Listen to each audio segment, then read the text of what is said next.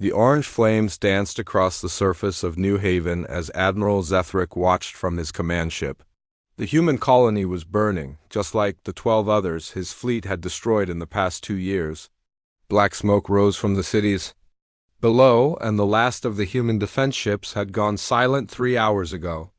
"Another easy victory," said General Vorthok, his insect-like face clicking with satisfaction. "These humans fight like children with toys." Zethric nodded slowly. His forearms were folded behind his back as he studied the dying world through the large window of his ship. The humans had put up a fight, but their weapons were weak compared to the advanced technology of the Galactic Council. Plasma cannons, energy shields, and faster-than-light ships had made the Council the rulers of the galaxy for 3,000 years. "Sir, we're receiving a final transmission from the planet," reported the communications officer. "Put it through," Zethric ordered. The face of a human appeared on the main screen.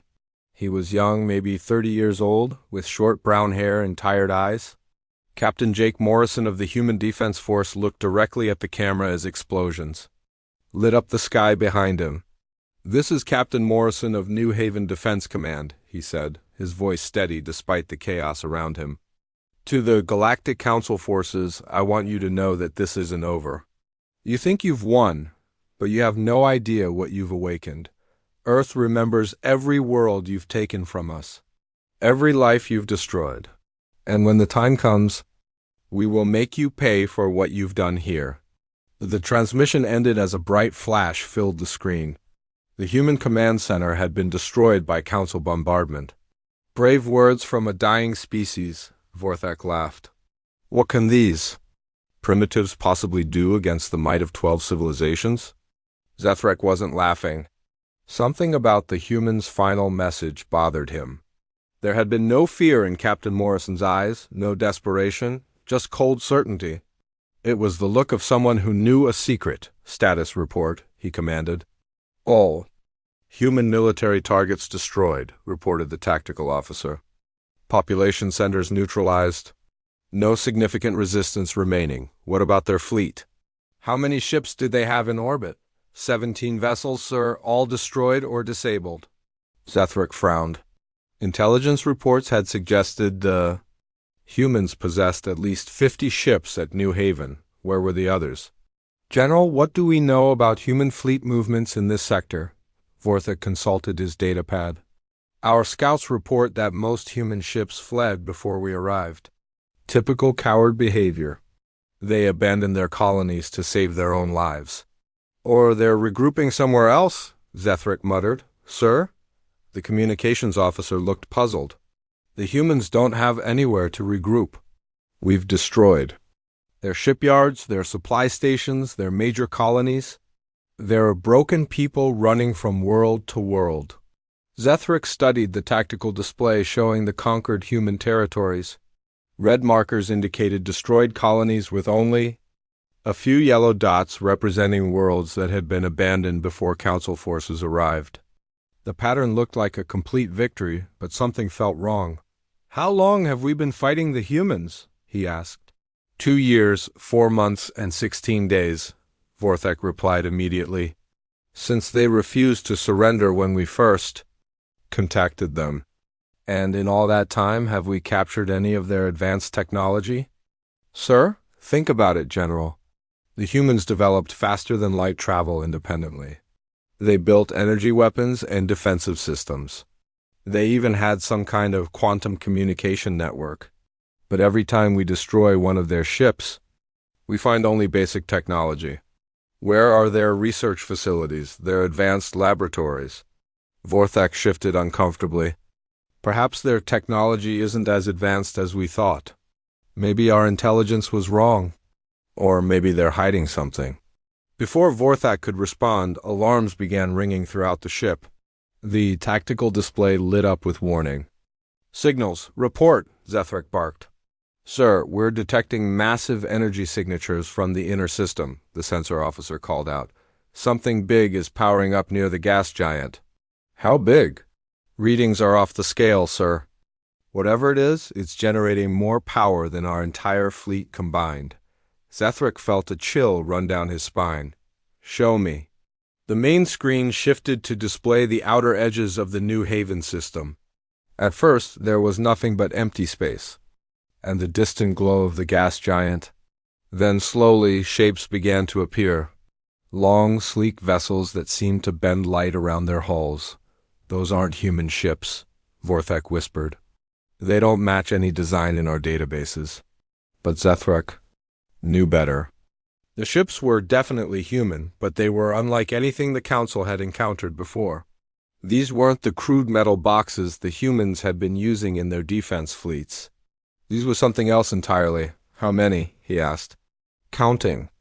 Now, sir, 10.2047 vessels, all showing extreme power signatures." "Sir, we're being hailed," the communications officer reported. "Put it through." A woman's face appeared on the screen.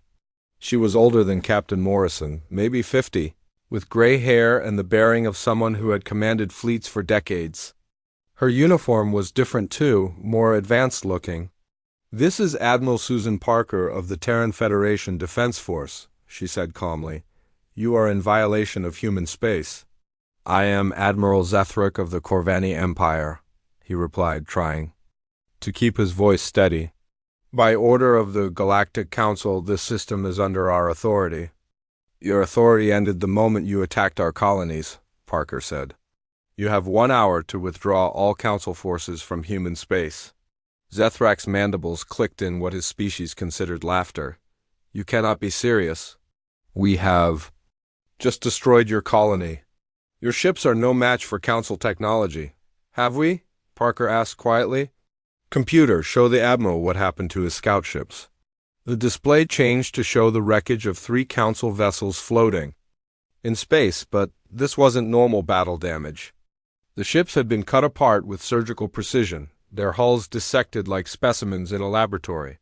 "Those ships were investigating our outer colonies last month," Parker explained.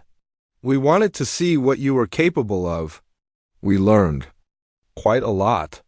"You're bluffing," Zethrak said, but his voice lacked conviction. "Am I? Tell me, Admiral, in all your attacks on human colonies, how many civilians did you actually kill?" The question caught Zethrak off guard. "What?" Simple question.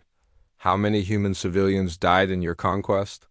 Zethrak looked to his intelligence officer, who quickly consulted his records. "Approximately 17,000, sir." 17,000, Parker repeated. "Out of how many people living in the colonies you attacked?" "The colonies had populations of several million each," Vorthek said slowly, realization dawning on his face. "Exactly. Where do you think everyone went, Admiral? Did 12 million people just disappear into space?" Zethrak stared at the tactical display showing the destroyed colonies.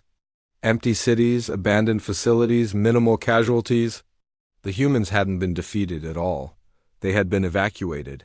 "You evacuated your people before we arrived," he said. "Every single one," Parker confirmed. "We've been watching you for 2 years, Admiral. Learning your tactics, studying your technology, preparing for this moment. Every colony you destroyed was empty. Every ship you fought was expendable. We gave you exactly what you expected to see while we prepared for war." "This is impossible," Vorthek protested. "Our intelligence networks would have detected massive population movements." "Would they?" Parker smiled. "You've been fighting the same way for 3,000 years? You think every species uses the same technology, the same strategies. But humans are different, Admiral. We don't just build bigger guns. We think." The ships on the display began moving into formation. Their energy signatures were increasing, and space itself seemed to shimmer around them. 1 hour, Parker repeated. "Then we show you what humans are really capable of." The transmission ended, leaving Zethrak staring at the tactical display. 47 ships against his fleet of 300. It should have been no contest. But something in Admiral Parker's eyes told him that the real war was just beginning. "Sir," the communications officer said quietly, "what are your orders?" Zethrak looked at the burning colony below, then at the alien-human ships forming up in the distance. For the first time in his long military career, he wasn't sure what to do. Prepare for battle, he said finally. "And pray to whatever gods you believe and that we survive the next hour?" Dr. Lisa Campbell stood in the control room of Research Station Alpha, hidden deep in the asteroid belt around Earth's sun. The room was filled with glowing screens and the quiet hum of advanced computers. Around her, dozens of scientists and military officers worked at their stations, monitoring the war that was happening far across the galaxy. "Ma'am, we're getting reports from New Haven," said Lieutenant Amy Foster, looking up from her communication console. "The Council fleet has finished their attack. Captain Morrison sent the final transmission as planned." Lisa nodded as she watched the tactical display. Red dots marked all the human colonies that had been destroyed by the Galactic Council over the past 2 years. To anyone watching, it looked like humanity was losing badly, but Lisa knew the truth. Every single one of those colonies had been evacuated months before the aliens arrived. "How many people did we save from New Haven?" she asked. "All of them," replied Colonel Ryan Hayes, the station's military commander. 4.2 million civilians moved to safe zones in the inner systems. The Council thinks they killed thousands. "But we didn't lose a single person," Lisa smiled. "The plan was working perfectly."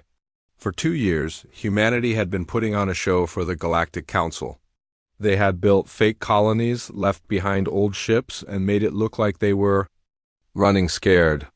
Meanwhile, the real preparations were happening in secret. "What about the Genesis Protocol?" she asked. "How much longer do we need?"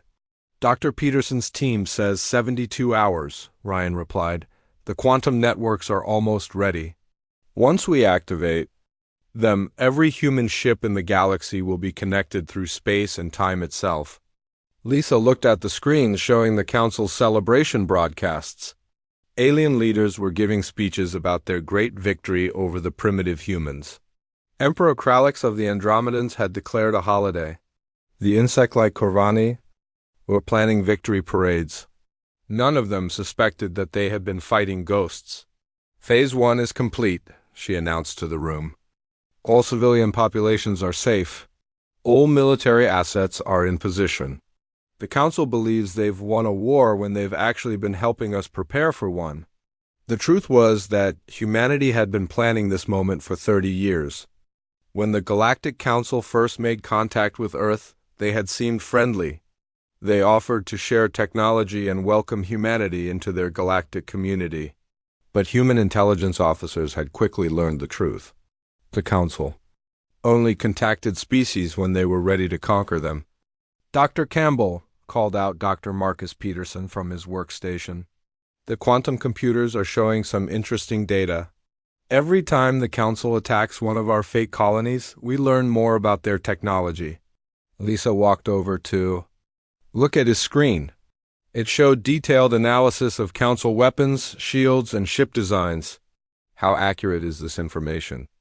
"Extremely accurate. Every plasma blast they fire, every energy signature they emit, every communication they send gets recorded and analyzed. We know their ships better than they do. And they know nothing about ours," Lisa said with satisfaction. That was the key to the whole plan.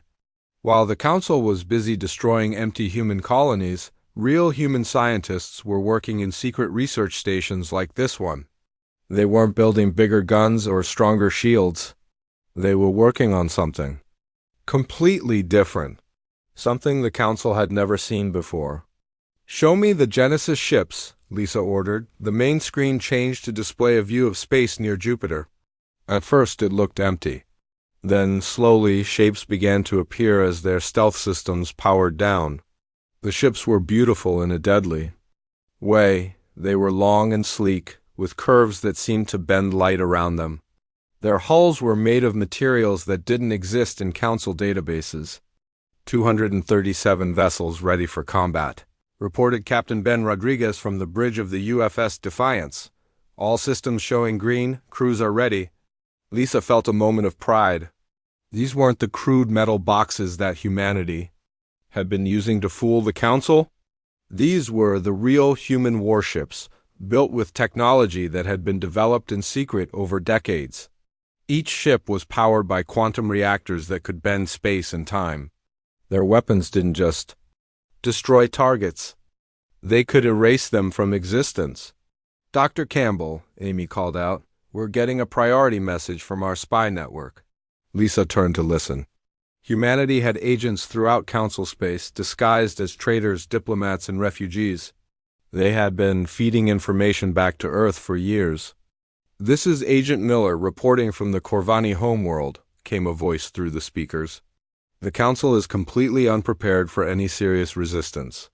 Their fleets are scattered across the galaxy, celebrating their victory. Most, of their ships aren't even armed for battle. They think the war is over. Perfect, Lisa said. What about their defensive positions? Minimal. The Andromedans have pulled most of their fleet back to their capital for the victory celebration. The Corvani have only patrol ships guarding their borders. The Zithari are focused on rebuilding their merchant routes through former human space. None of them expect an attack. Lisa looked at the tactical display again.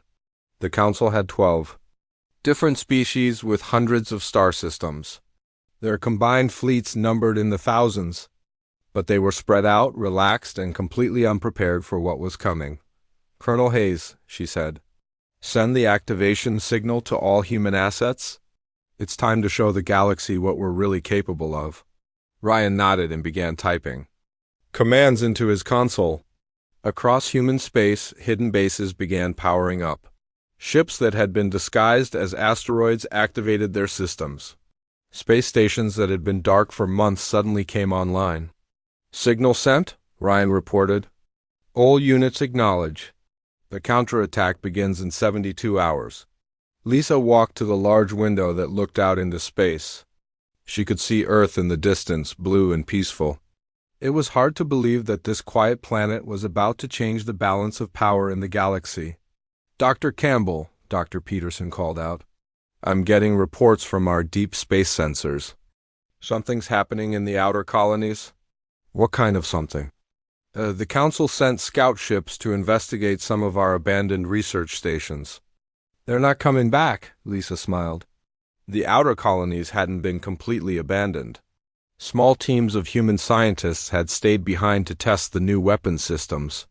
Any Council ship that got too close would discover just how advanced human technology had become. How many ships have they lost? She asked. 17 in the past month. All disappeared without sending any distress signals? And the Council's response? They're sending bigger fleets to investigate. Admiral Zethruck himself is leading a task force to the Kepler system. Lisa looked at the tactical display showing Admiral Zethruck's fleet. 300 ships heading toward a system that looked completely empty. They had no idea that they were walking into a trap that had been 2 years in the making. Dr. Peterson, are the Genesis ships ready for combat? All systems operational. The quantum drives are stable. The probability weapons are charged. We can begin the attack at any time. Lisa took a deep breath. For 30 years, humanity had been preparing for this moment. They had built weapons that could rewrite the laws of physics. They had developed strategies that the Council couldn't understand. They had turned their apparent defeat into the greatest deception in galactic history. Then let's show them what happens when you underestimate the human species, she said. Activate Genesis protocol? All ships prepare for quantum jump, target. Every major Council world simultaneously. The room filled with activity as officers began implementing the commands. On screens throughout the control center, human ships began disappearing from their hidden positions. They weren't traveling through normal space. They were using quantum tunnels that allowed them to appear anywhere in the galaxy instantly. Ma'am, Amy reported, Admiral Parker is requesting permission to begin the demonstration. Permission. Granted, Lisa replied. Let's teach the Galactic Council a lesson they'll never forget. Across the galaxy, the Council was about to discover that their easy victory over humanity had been an illusion. The real war was just beginning, and this time, the humans would be the ones doing the hunting. Admiral Zethruck was enjoying his morning meal when the first report came in. The food from his homeworld always tasted better after a successful battle, and destroying New Haven had been easier than expected. He was cutting into his protein cube when Lieutenant Vexel burst into his private dining chamber. "Sir, we have a problem," the young officer said, his breathing heavy from running. "What kind of problem?" Zethric asked, not looking up from his meal. "The patrol fleet we sent to investigate the Jupiter system, sir, they're gone." Zethric set down his eating utensil. "Gone? What do you mean gone?" 12 ships, sir. The entire patrol group. They were scheduled to report back 6 hours ago. We've heard nothing from them. "Equipment failure?" Zethric said, returning to his meal. "The humans probably left some kind of interference field in the system. Send another patrol to check on them." "Sir, with respect, 12 ships don't just disappear because of equipment failure." Zethric looked up at his lieutenant. "The young?" Corveni was clearly worried, but Zethric had been fighting wars for 40 years. He had seen equipment failures before. "Send another patrol, double the size. And stop worrying about primitive humans." Lieutenant Vexel saluted and left the chamber. Zethric finished his meal and went to the command center. The tactical display showed the positions of all Council fleets across the galaxy. Everything looked normal. His ships were in position, the conquered human colonies were secured, and the remaining human survivors were scattered and running. "Sir," called out the communications officer, "the second patrol fleet is reporting in from the Jupiter system." "Put them through," Zethric ordered. The screen filled with the image of Captain Drexus, a veteran officer who had served under Zethric for 15 years, but something was wrong. The captain's face was pale and his hands were shaking. "Admiral, we found the first patrol," Drexus said quietly.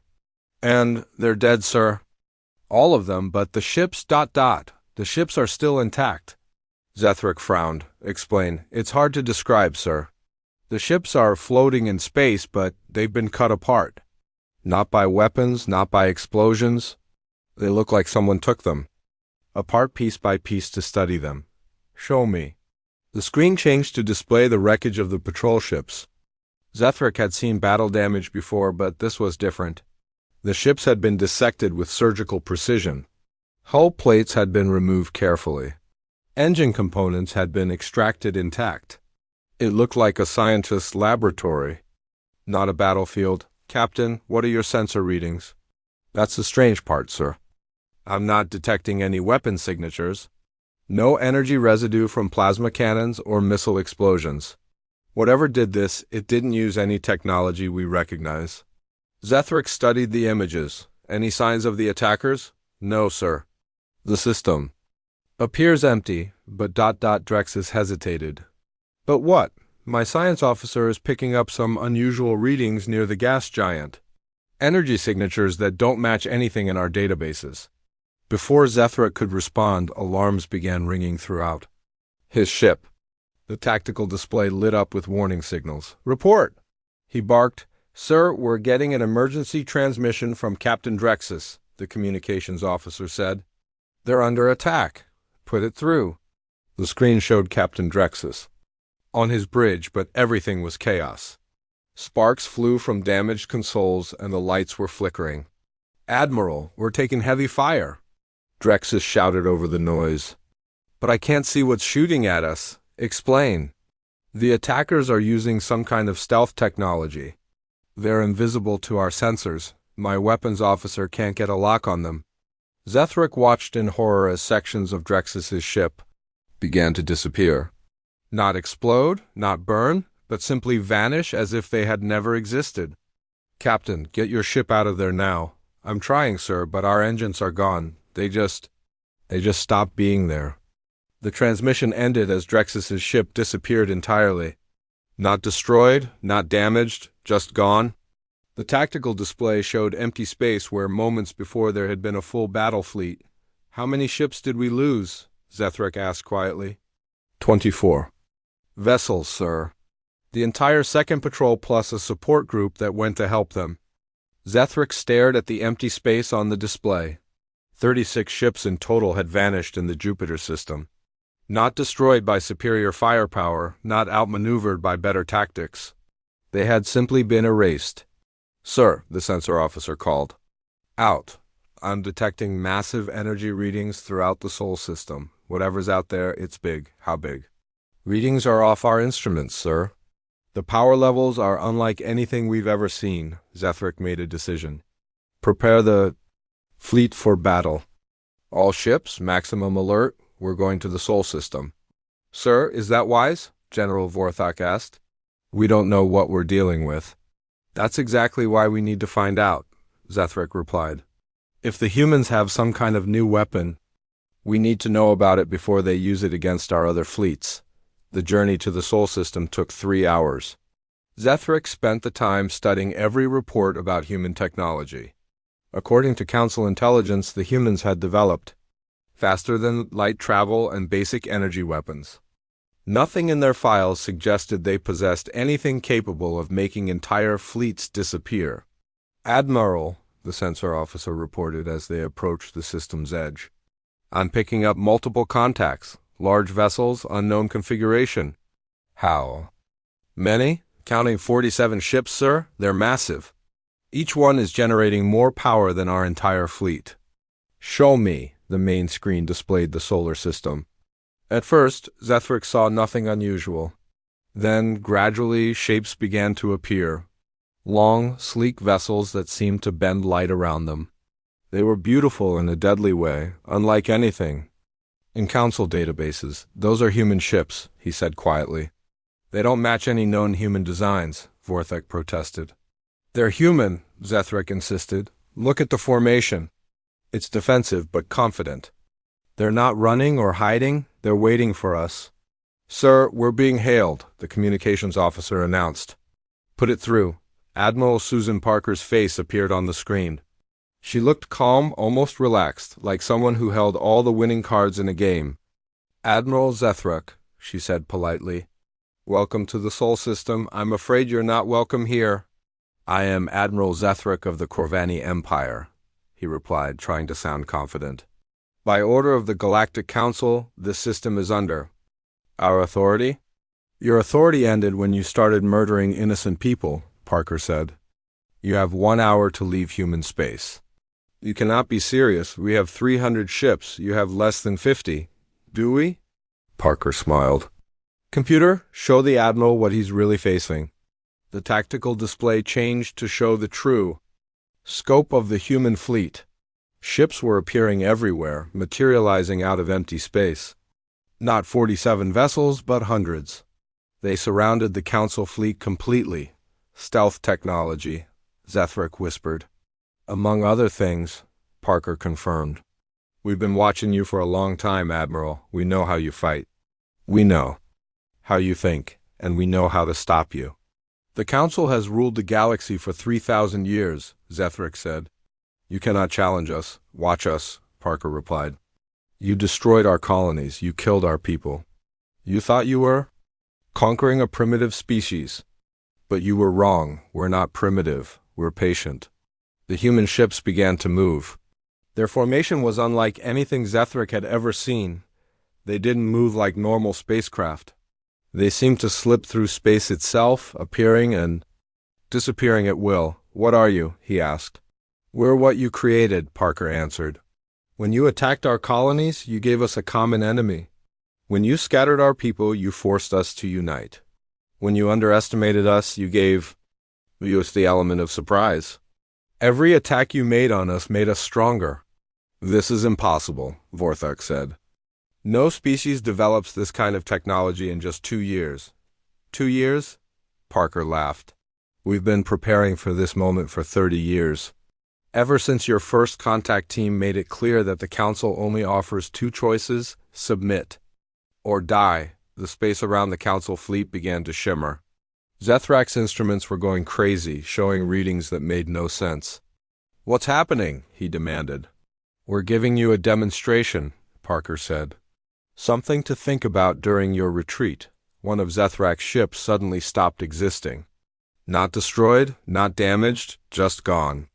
The tactical display showed empty space where moments before there had been a full battleship. How? Zethric whispered.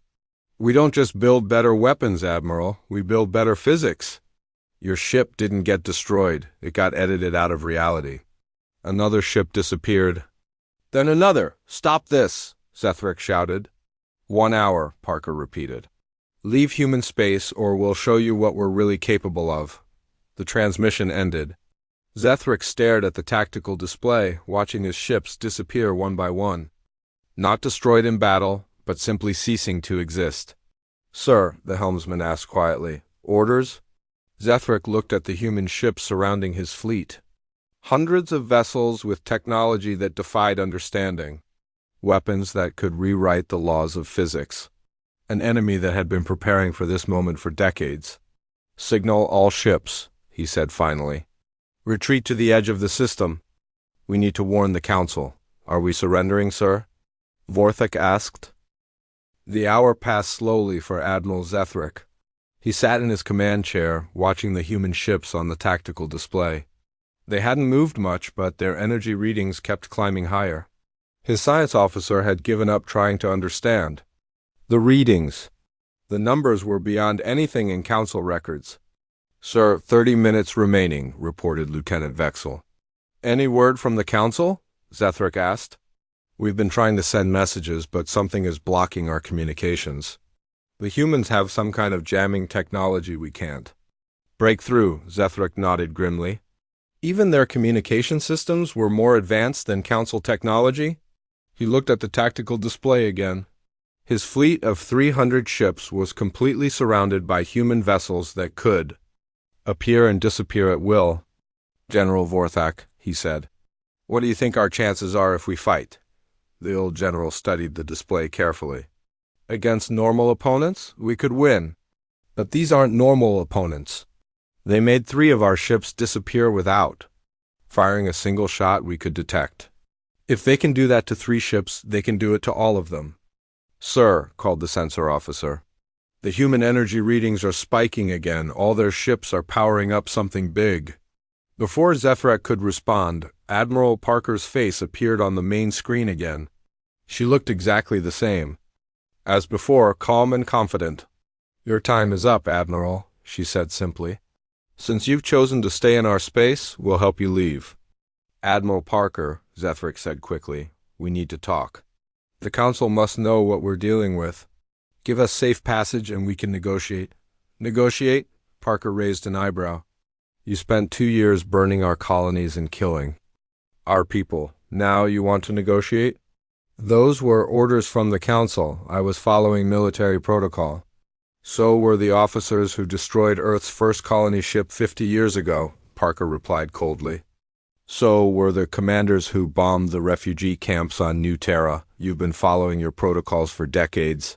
Admiral, now we're going to follow ours. The space around the Council fleet suddenly exploded with light. But it wasn't a light from weapons or explosions. It was something else entirely. Reality itself seemed to be changing. Captain Ben Rodriguez watched from the bridge of the UFS Defiance as the quantum computers began their work. Around him, his crew monitored systems that most Council scientists didn't even know were possible. Probability. Cascade generators online, reported Lieutenant Karen Walsh from the science station. All ships report ready for quantum displacement. Target the lead Corvani vessel, Rodriguez ordered. Let's show them what we've learned. The Defiance's main weapon wasn't a gun or a missile launcher. It was a device that could change the basic rules of physics in a small area of space. The target ship didn't get hit by anything. Instead, the quantum computers simply decided that it had never existed in the first place. Admiral Zethric watched in horror as his flagship's escort vanished. Not destroyed, not damaged, just gone? The tactical display showed empty space, where moments before there had been a fully operational warship with 300 crew members. How is this possible? General Vorthak whispered. They're not using weapons, the science officer said, his voice shaking. Using some kind of reality manipulation technology. They're changing the laws of physics. Another ship disappeared, then another. The Council crews were panicking now, trying to target enemies they couldn't see with weapons that had no effect. All ships return fire, Zethric ordered desperately. Plasma cannons fired in all directions. Energy missiles streaked through space. The Council fleet unleashed everything they had at the human ships, but nothing happened. The human vessels absorbed the attacks without taking any damage. "Sir, our weapons have no effect," reported the tactical officer. "It's like they're firing at ghosts." Captain Rodriguez smiled as he watched the Council weapons bounce harmlessly off his ship's quantum shields. "Their weapons work by moving energy from one place to another," he explained to his crew. "But we've taught our shields to exist in a slightly different dimension. Their energy passes right through us." "Quantum displacement successful," Karen reported. "Target vessel has been removed from this reality. Good work. Target the next ship." Across the galaxy, similar battles were taking place. The human fleet hadn't just appeared in the Sol system. They had used their quantum tunnel technology to appear everywhere at once. Every major council world was under attack simultaneously. On the Andromedian homeworld, Emperor Kralix was in the middle of his victory celebration when human ships materialized in orbit. The party guests watched in shock as the massive vessels appeared out of nowhere, their hulls gleaming with energy. "This is impossible," Kralix declared. "We destroyed their fleets. We burned their colonies." "Your Majesty," his military advisor said quietly, "I don't think those were their real fleets. The human ships didn't attack the planet. Instead, they began broadcasting a message on every communication channel in the system. "People of Andromeda," came a woman's voice. "This is Commander Janet Pierce of the Terran Federation. Your government has been lying to you. They told you they defeated humanity in a glorious war. The truth is, they attacked defenseless colonies and murdered innocent civilians. We are here to correct that lie." The broadcast continued, showing recordings of the attacks on human colonies. But these weren't the edited versions the Council had been showing their people. These were the real recordings, showing Council forces destroying hospitals, schools, and civilian shelters. "We did not come here for revenge," the human commander continued. "We came here for justice. Your leaders will answer for their crimes, but you, the people, are not our enemies." Similar scenes were playing out on every Council world. The Zithari merchant fleets found themselves surrounded by human vessels that could move faster than light without using any known technology. The Corvani military bases discovered that their most advanced weapons couldn't even scratch the human. Ships. Back in the Sol system, Admiral Zethrak's fleet was down to less than 200 ships. The humans were systematically removing his vessels from existence one by one. "Sir, we have to surrender," General Vorthak said. "This isn't a battle, it's a demonstration." "Surrender to who?" Zethrak asked. "How do you surrender to an enemy that can erase you from reality?" "Maybe that's the point," Vorthak replied. "Maybe they want us to understand how helpless we are." As if responding to his words, the attack stopped. The human ships remained in position, but no more Council vessels disappeared. Admiral Parker's face appeared on the screen again. "Admiral Zethrak, you've seen what we're capable of. Your fleet is defeated, your allies are surrounded, and your homeworlds are under our control. Do you still want to fight? What do you want?" Zethrak asked. "We want the Council to stop," Parker replied. "Stop attacking innocent worlds. Stop enslaving primitive species. Stop pretending that might makes right. The Council has ruled the galaxy for 3,000 years. We can't just change everything. Can't we?" Parker smiled. "We just appeared at every major Council world simultaneously. We destroyed a third of your fleet without losing a single ship. We're broadcasting the truth about your war crimes to every planet in Council space. What exactly can't we do?" Zethrak looked at his tactical display. His surviving ships were completely surrounded. His communications were still jammed. His weapons were useless. For the first time in his long military career, he was completely defeated. "What are your terms?" he asked. "Simple," Parker replied. "All Council fleets will stand down immediately. All attacks on independent worlds will cease. All enslaved species will be freed.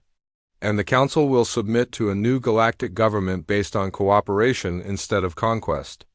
And if we refuse, then we continue the demonstration until you change your minds. We have 300 more ships where these came from, Admiral. And unlike your fleets, ours don't need to rest, refuel, or repair. We can keep this up forever." Zethrak knew he was beaten. The humans hadn't just defeated his fleet. They had made it clear that the entire council military was obsolete. Their technology was so advanced that fighting them was like throwing rocks at a star. "I'll need to consult with the council leadership," he said. "Of course. You have 24 hours to give us an answer. After that, we start visiting council homeworlds directly." The transmission ended, leaving Zethric alone with his thoughts. The humans had achieved in one day what no enemy had managed in 3,000 years. They had brought the mighty Galactic Council to its knees. "Sir," Lieutenant Vexel asked quietly, "what do we do now?" Zethric looked at the human ships surrounding his fleet. They were beautiful and terrifying at the same time. The galaxy was about to change forever, and there was nothing the Council could do to stop it. "Now," he said finally, "we learn what it means to be the primitive species." 6 months after the first Council fleet vanished in the Sol system, President Mary Johnson stood in the Great Assembly Hall of New Geneva Station. The massive space station orbited Earth, but it had been built for a different purpose than any human structure before it. This was meant to be the new center of galactic government. The hall was filled with representatives from dozens of different species. Tall insect-like Corvani sat next to small furry Zithari. The blue-skinned Andromedians shared tables with the rock-like granite people. For the first time in galactic history, all species were meeting as equals. "The war is over, President," Johnson announced to the assembled delegates. "Not because one side defeated the other, but because we've all chosen to build something better." Former Emperor Kralix of the Andromedians shifted uncomfortably in his seat. 6 months ago, he had been the most powerful ruler in the galaxy. Now he was just another representative trying to figure out how to survive in a new world where humans made the rules. "President Johnson," he said, raising his hand to speak, "my people still don't understand how this happened so quickly. 6 months ago, the Council ruled 1,000 worlds. Today, we're signing papers to join your federation." "It's simple," replied Dr. Lisa Campbell, now serving as Earth's chief science advisor. "You thought you were fighting a war, but you were actually taking a test.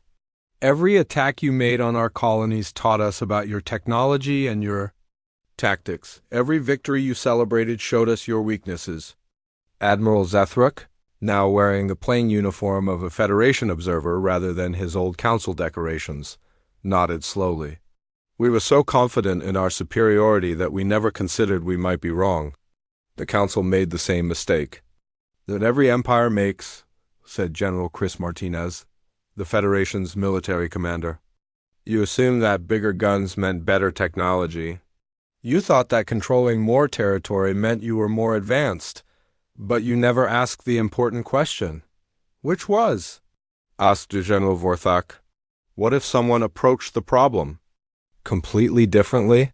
President Johnson walked to the large window that looked out into space. Hundreds of ships from different worlds were visible, but they weren't arranged in battle formations. Human vessels worked alongside former Council ships, sharing technology and resources. "For 3,000 years, the Council ruled through fear," she continued. "You kept species fighting each other so they couldn't unite against you. You prevented technological advancement so no one could challenge your authority. You created a galaxy where everyone was afraid to think differently." But humans think differently," said Dr. Campbell. "While you were building bigger plasma cannons, we were studying quantum physics. While you were designing stronger armor, we were learning to manipulate space and time. While you were conquering worlds, we were figuring out how to make conquest irrelevant." Former Admiral Zethric looked at the tactical display showing the new Federation fleet. Human ships and former Council vessels worked together, their crews learning from each other. "Your technology is beyond anything we imagined possible. How long did it take you to develop it?" "About 50 years, Dr. Campbell replied. "We started serious research the day after your first contact team made it clear that the Council only offered 2 choices: submit or be destroyed." 50 years? Emperor Kralix seemed shocked. "But you've only had faster-than-light travel for 60 years. "Exactly. We spent almost our entire space age preparing for this moment. Every human colony you thought you were conquering was actually a research station. Every ship you destroyed was a test platform. Every battle you won was actually a lesson. For us, Admiral Susan Parker, now serving as the Federation's defense minister, entered the hall. She had been coordinating the integration of former Council fleets into the new Federation structure. The Corvani Home Fleet has officially joined the Federation, she announced. That makes 12 species who have voluntarily signed the cooperation agreement. Voluntarily, muttered General Vorthok. As if we had a choice? You always had a choice, President Johnson said firmly. We could have destroyed every Council world in a day. Our quantum weapons could have erased your entire civilization from existence. Instead, we chose to give you the opportunity to join something better. She gestured to the display showing Federation activities across the galaxy. Look at what we've accomplished in just 6 months. The Zithari trade routes are more efficient than ever because they're using human quantum tunneling technology. The Andromedian agricultural worlds are producing twice as much food because they're using Corvani mathematical models. The Granite people are building structures that were impossible before because they're working with human engineers. This is what cooperation looks like, Dr. Campbell added. Every species has something unique to offer. Under Council rule, those gifts were suppressed to maintain order. Under Federation leadership, they're encouraged and shared. Captain Jake Morrison, the officer who had sent the final transmission from New Haven, stood up from his seat. He was now wearing the uniform of a Federation diplomat. 6 months ago, I told Admiral Zethric that he had no idea what he had awakened, he said. I wasn't talking about weapons or ships. I was talking about an idea. What idea? Asked Emperor Kralix. That the strong should protect the weak instead of dominating them. That diversity makes us stronger, not weaker. That cooperation produces better results than conquest.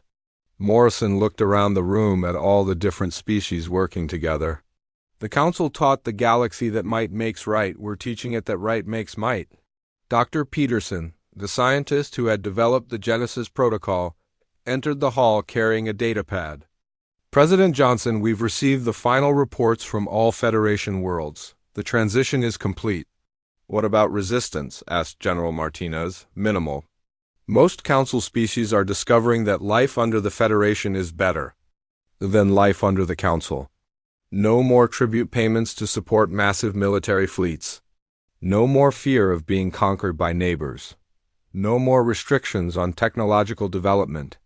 And the few species that still resist? President Johnson asked. They're learning, Admiral Parker replied with a slight smile. Yesterday, the hegemony tried to attack one of our research stations. Their entire fleet was disabled in 30 seconds and sent home with a message about the benefits of cooperation. Former Admiral Zethruck shook his head in amazement. Disabled, not destroyed. We don't destroy unless we have no choice, Parker explained. Our goal isn't to rule the galaxy through fear like the Council did. Our goal is to help it grow. President Johnson returned to the center of the hall, which brings us to today's main business, the formal signing of the Galactic Federation Charter. She held up a document that represented months of negotiation between dozens of species. This charter establishes the basic principles of our new government. No species will be forced to join, but all members will be protected from aggression. Technology will be shared freely. Trade will be conducted fairly. Disputes will be resolved through discussion, not warfare. One by one, the representatives of each species came forward to sign the charter. The Corvani representative signed with his traditional claw marks. The Zithari delegate used their sonic signature device. The Andromedians applied their genetic seal dot as the signing ceremony continued. Captain Ben Rodriguez and Lieutenant Karen Walsh watched from the observation deck above the hall. Think it will work? Karen asked. It's already working, Ben replied. 6 months ago, these species were enemies. Today, they're partners. The Council ruled through fear for 3,000 years, but look how quickly everything changed when someone offered them something better. And if someone tries to restart the old ways? Ben smiled and gestured toward the human ships visible through the station's windows. Then they'll learn why you don't start fights with species that can rewrite the laws of physics. The ceremony concluded with President Johnson addressing the assembled representatives one final time. Today marks the beginning of a new age for our galaxy, she said. Not an age of conquest and domination, but an age of cooperation and growth. The Council taught us that the strong should rule over the weak. The Federation teaches us that the strong should help the weak become strong. She looked out at all the different species working together. 6 months ago, the Council celebrated what they thought was their final victory over humanity. They were right about one thing: it was final, but the victory wasn't theirs. It belonged to everyone who chose cooperation over conquest, diversity over uniformity, hope over fear. The hall erupted in applause from dozens of different species, each showing approval in their own way. The galaxy had a new government, built not on the ashes of the old one, but on the promise that everyone could do better. Admiral Zethric stood, with the others applauding the end of the old galaxy and the beginning of something new. The humans had been right. They hadn't just awakened a sleeping giant. They had awakened an idea that would change the universe forever. The enemy had celebrated too soon, and now everyone was celebrating together.